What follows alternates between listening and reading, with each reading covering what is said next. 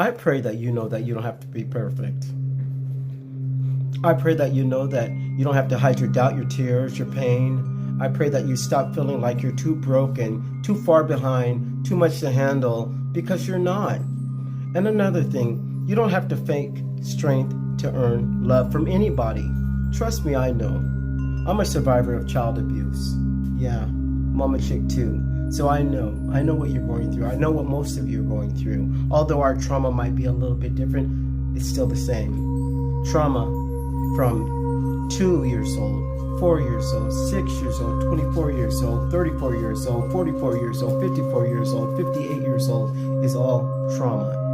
It's still trauma. You don't have to be perfect, but you do need to seek help. Whether it's from a therapist, whether it's from a family member, whether it's from a coworker, whether it's from a spouse or loved one, it has to be from somewhere. If you're going to pick up a book and you want to read about trauma, that's where you start. And then let the healing begin. Today, this morning, I was triggered by a few things, right? But I was sitting in on one of Tyler Perry's podcasts, and he was talking about childhood trauma. And it hit a core with me. And I felt that I needed to talk to someone, but I don't have anyone here in Indiana. So of course I reached out to Tyler Perry himself. And within 2.2 seconds, sir, you got back to me. And you helped me get through those triggers that I was having this morning. And with the words of encouragement, Tyler reminded me of who I was and while I was here. And that I didn't have to be perfect. And you can start anywhere to get over this trauma, over this abuse. It's hard. The road is long.